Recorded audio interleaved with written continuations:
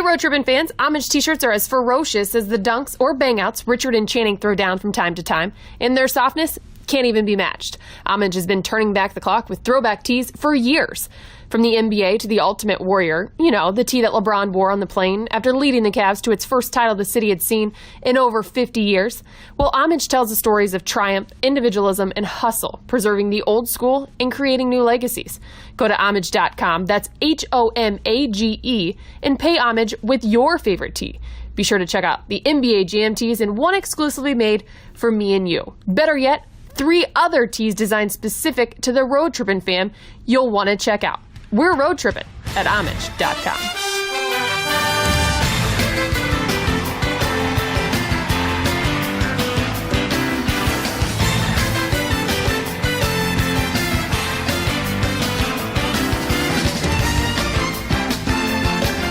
Welcome into another edition of Road Trippin', Richard versus Channing. I'm your host, Allie Clifton, and here on episode 60, it's Team Richard taking over, and we promise it is not as awkward as the title of the episode may make it seem.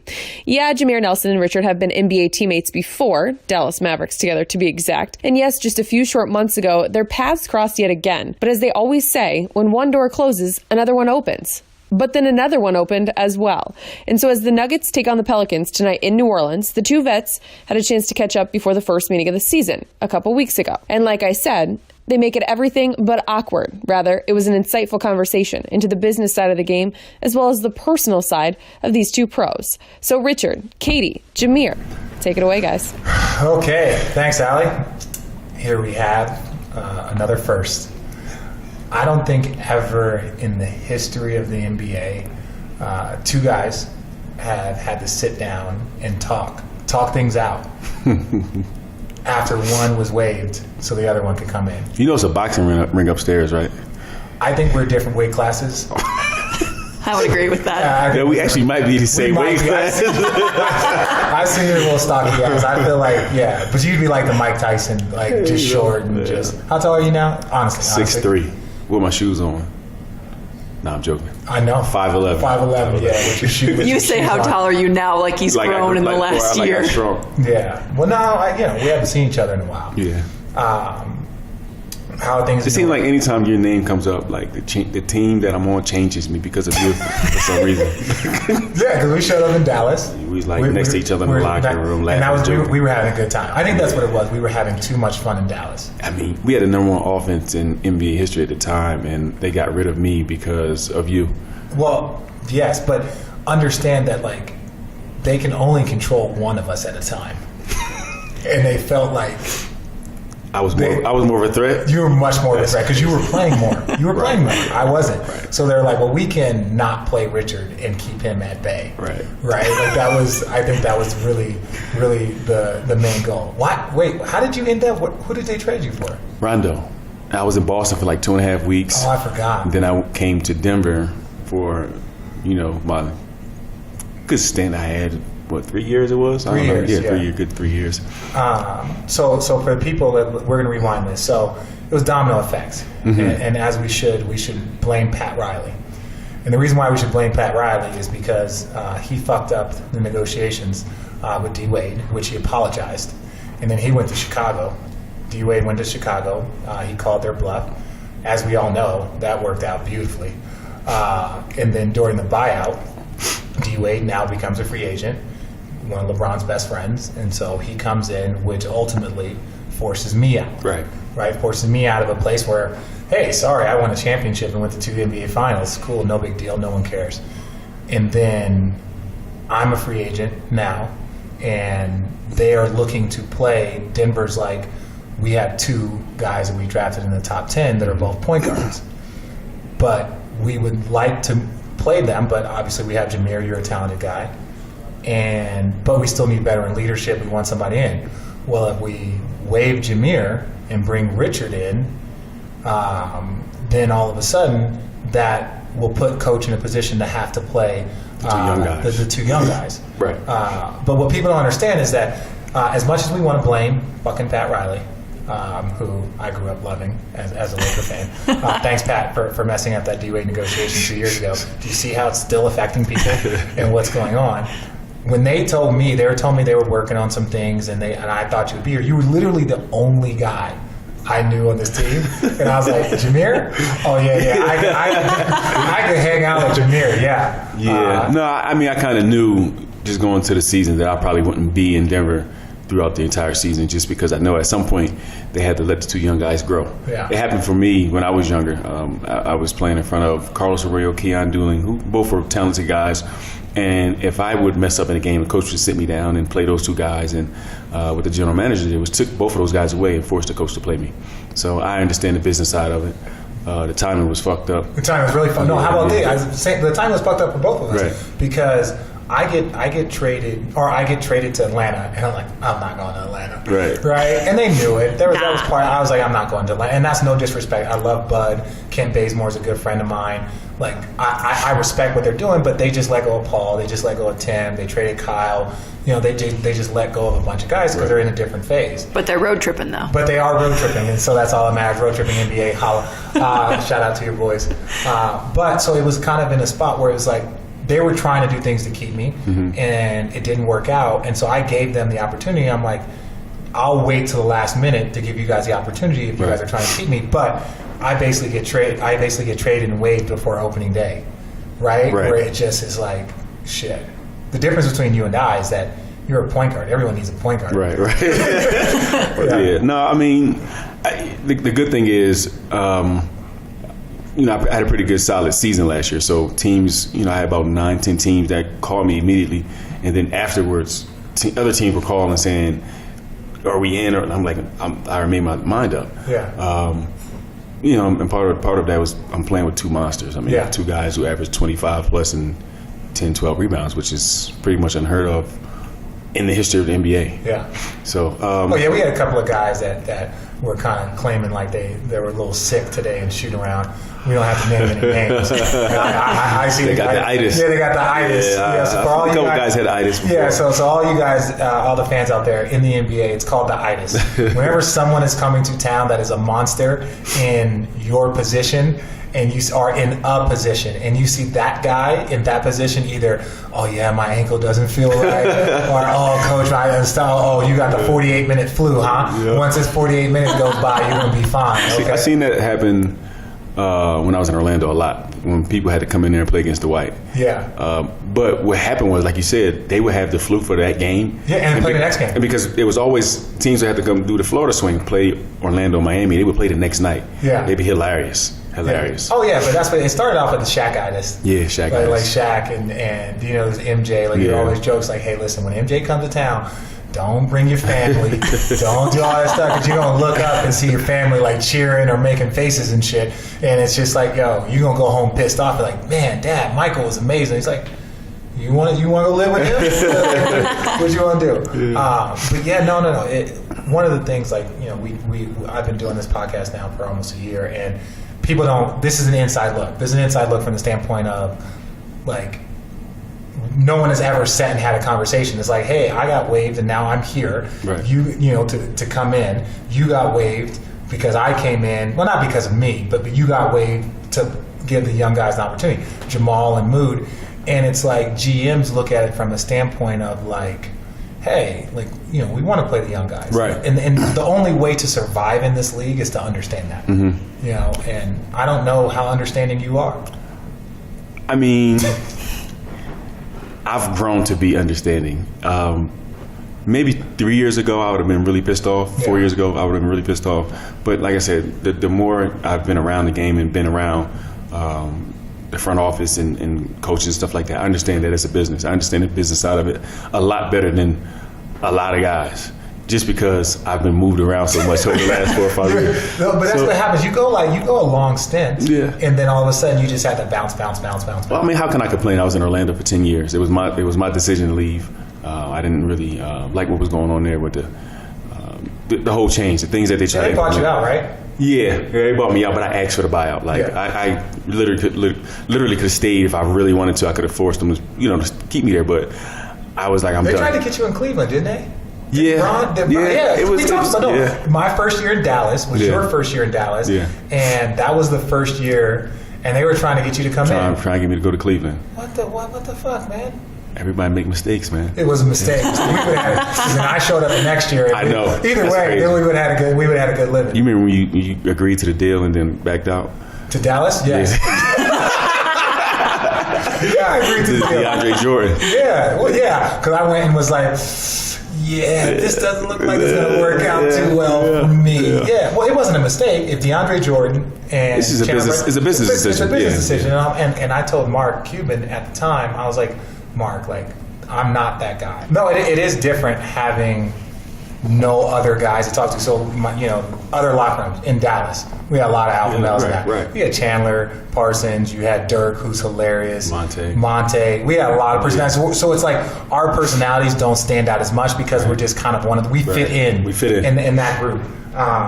But when you get to here, and it's just like I'm looking around and like, so I'm in your locker. I not only did they get you the fuck out of here, they gave me your locker too, right? Cherry on top. Cherry on top. Oh man. What's your number? 14. Yeah, I was gonna take that. No, you were. I had number 1 here. Gary got 14. Yeah. So I was going to take your number also, but they didn't let that fly. So No, it is different, the dynamic. So I went from an old vet locker room to like one of the younger teams in the NBA. Yeah. Like you went from like younger team to now guys that are good, but still on the getting into the prime. Right. How are you handling that? Good. I mean, I'm handling it well. I mean, one thing I think helps me out is I know who I am, and if you're bouncing around in any job, then you can get lost. You can get lost in the sauce. It's one of those things, like I said, I know I'm going to come in, I'm going to play a certain amount of minutes, I'm going to get some shots, a couple threes. I mean, I'm not like, hey, I'm going out here, I need to get 20 shots up. You know what I'm saying? I know my role. Which is one of the most important things, knowing your role as you get older. Knowing your role. Yeah. And you have to accept it, too. So I've seen different teams in this league, teams that are, whether it's, the really good teams like, Boston's playing well, Golden State, Cleveland, whoever it is. One thing that people don't understand is not only accepting your role, right, but accepting your role with enthusiasm, Mm-hmm. right? Like enthusiasm is like the most important thing, and that goes on every level. High school, Katie, you played in college, Yep. Like that's one of the most important things. Is just like accepting your role with enthusiasm, even if you don't like it. Like I don't like this shit, right, but I'm gonna do this to the best of my ability. Right. Well, I think that expands off the court too. I mean, you guys are talking about as veterans in the league how your voices have changed in the locker room. You have to adjust based on the personalities and what you're dealing with in that situation too. Yeah, 100%. And your personality is shit. I just want to make sure all the Denver fans. Are we going to see a tribute video? Probably not. Probably not. I don't know if, I've seen a lot of guys come back to Denver. I haven't seen a tribute video. Yeah. I don't know if they They do that here? Yeah, I might not do that. They might send it to you on your email or something. Hey, thank you. They give you a nice card. They're all about saving money. Yeah, they're going to save a little bit of money on the video. Yeah, video production. That's not that hard. Give it to you. Let the candy lady give it to you. So that is so. Thank you. Okay. But her, she is unbelievable. She is super nice. Okay, so there are certain fans in the NBA, as you know. Right. Katie, you're right. You're right next to. I am right there. Does anybody know her name? I don't know. I haven't formally met her yet. Please formally meet her Okay. so we can talk about it. Well, I don't actually I'm not on the level of getting a bag of candy You yet. will. But I do get the scraps from the guys because my cart is right by where you guys walk through. So for the fans out there, and there's a lady that always has these signs that like, we love Richard Jefferson, we love Jameer. And for players that come back, she still holds up signs like, hey, we Vicky, still her love name is Vicky. Vicky. Is it Vicky? Yeah, Okay, Vicky. so I haven't had the opportunity to meet her yet, right? And so for fans that don't know, basically whenever we come on and off the court, this lady has a bag full of candy. Imagine like the first like 6 houses you hit in Halloween. Like that's how much candy she has. Well, and each player's name is written on the them. Ziploc. And every game she has a Ziploc bag full of candy, right? And our locker room is littered with candy wrappers, and it's just like Vicky, I know you mean well, but this is not what we should be eating pre-game. Protein bars and some that's what I'm saying. veggies. It's like, that's crazy. I can't believe the coaches let that shit fly. The coaches eat it. Yeah, coaches eat everybody. They get their own. Like Popovich or somebody like that, Pat Riley, they would have kicked her out of the arena. So you trying to give my players candy like before the game? That's No, she's very, very sweet. She has a really, really big heart. Yeah. And she's, I mean, I didn't know her. You know, I got drafted here. And I got I traded. had no idea. Yeah, that doesn't count. No, listen. Let me tell you. This is the point. So I got drafted and traded draft night. So when my first time coming here, she was outside with a sign saying, "We love you, Jameer." So I was like, "What the hell?" Yeah. And then it was like, you know, it's just her thing. Anytime somebody's like Associated. right With the associated Nuggets. with Nuggets, then she's like, "We love you." Yeah. And like, if you notice, like she has to sign up for everybody, and she won't put it down until you wave to her. So you wave to her. Right. I just realized that. Yeah. That's the key. Yeah, that's the key, is that you have to wave to her. Yeah. So I walk off the court. Like, I didn't go out there for a while, but I walk off the court at halftime, and she hands bags of candy. So she hands me a bag of candy.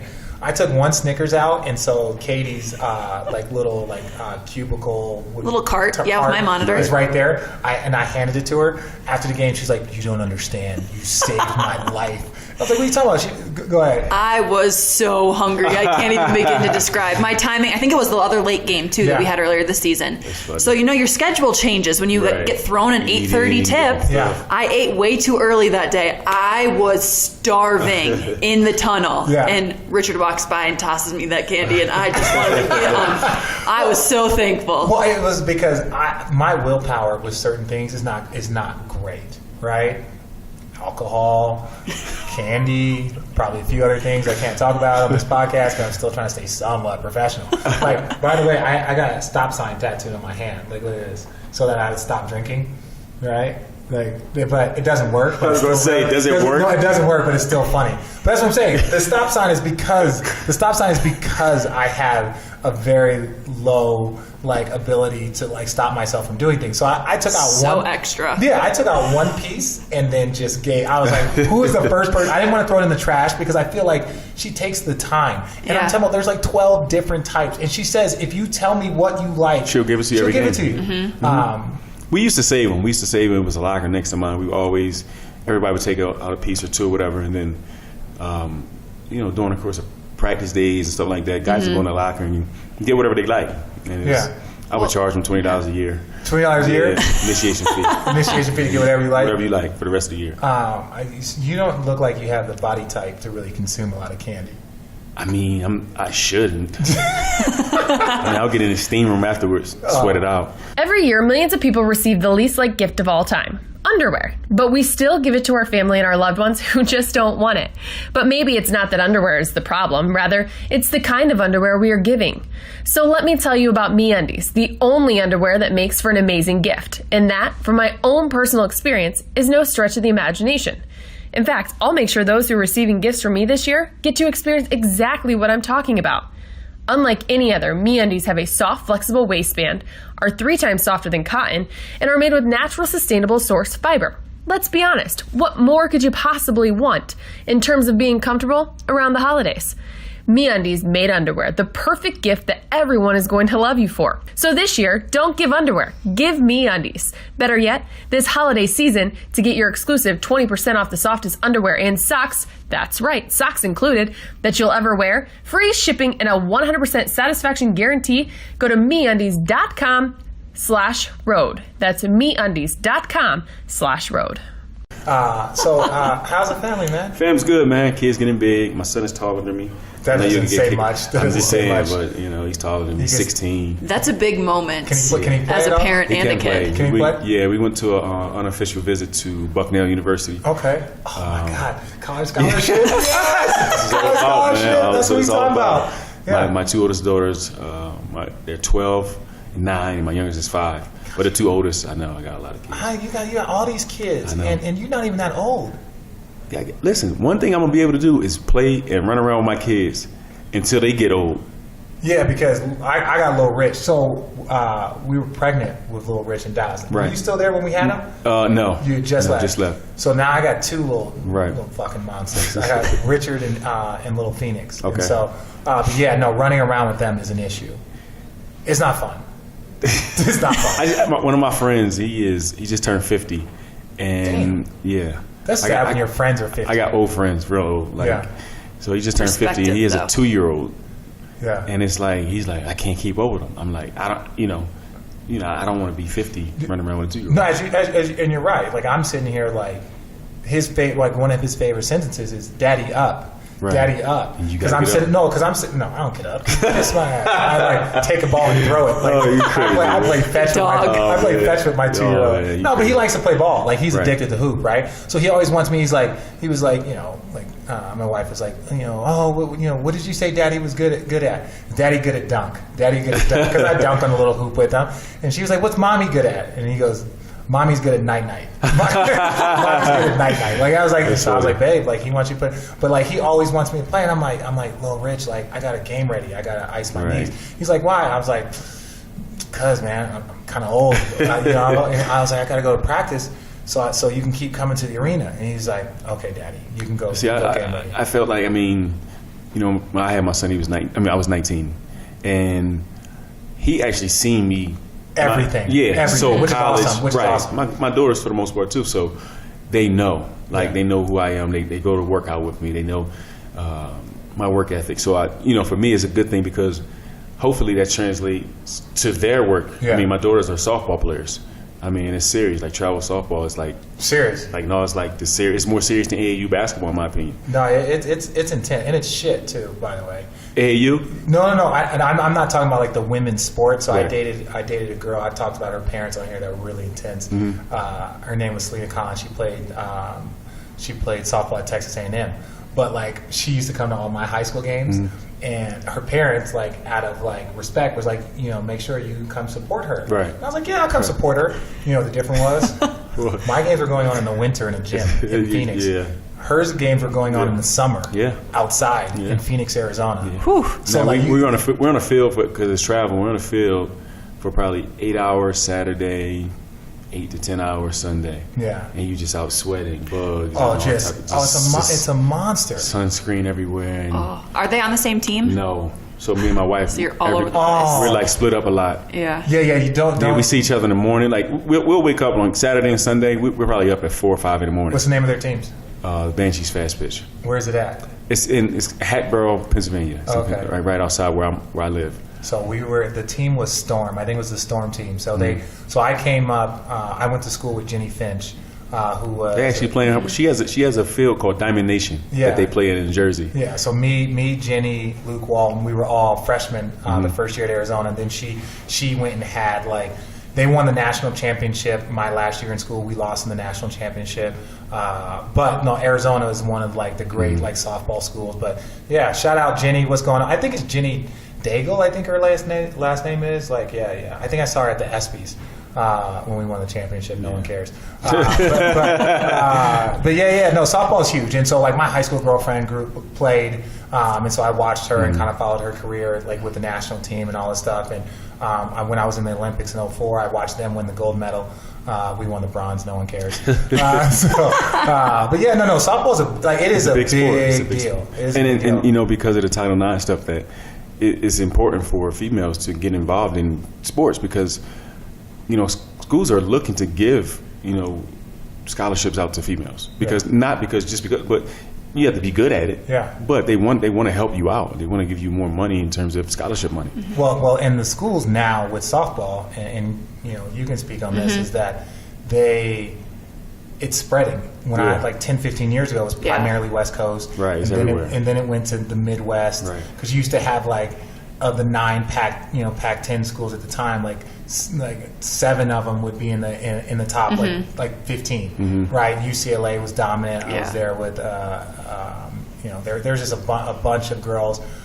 We used to host them on visits because that was they were the big school on campus, our big team on campus. They were the best team. Arizona basketball obviously is a big deal, but if you look at tradition and history, Coach Candrea there at Arizona, they had a great history. I used to hang out at Tony Mascarenas. That's one of my homegirls. I'm giving them all the shout outs to all the softball girls I knew back then. But no, we used to have a good time. The softball girls were fun at Arizona. Well, even you talk about the sport growing. I went to school in the Midwest. I mean, softball was a big deal there too. Melinda Fisher, I went to Illinois State. Shout out Missouri Valley. Softball's a huge deal. It's growing a ton. Melinda Fisher was one of the most decorated coaches in softball history there. She's been there forever. Yeah. So you're seeing these more atypical sports, especially with women. Yeah, well, grow even more. Yeah, the Title IX thing is huge. Yeah.